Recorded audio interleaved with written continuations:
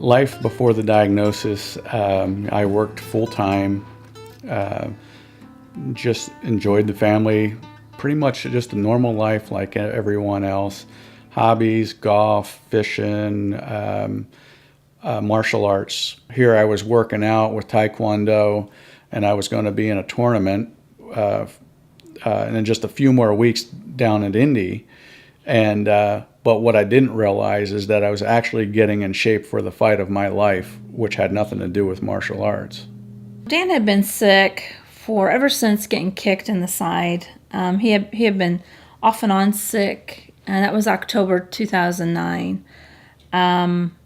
It was one of those things. Go to the doctor, and then he's just not feeling well. He'd eat something, and then have like real bad problems with the digestion and everything. And we thought, oh, it's from the kick that he had gotten. Everything seemed symptomatic from that kick.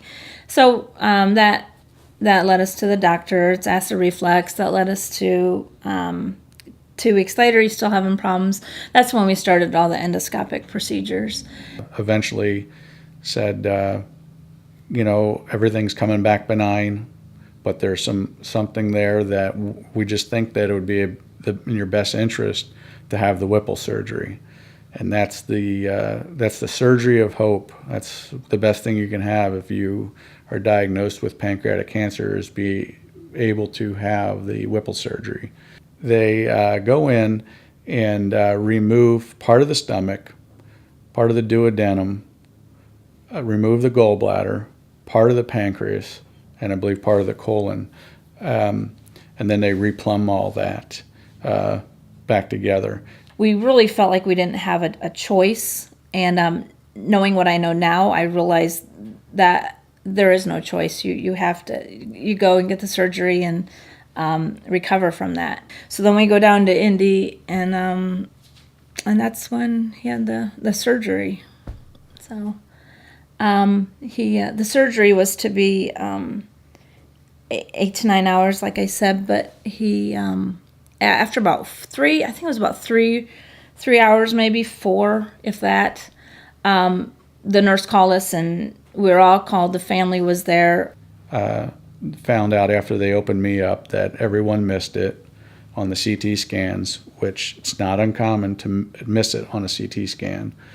But everyone missed it, and I was stage 4 pancreatic cancer.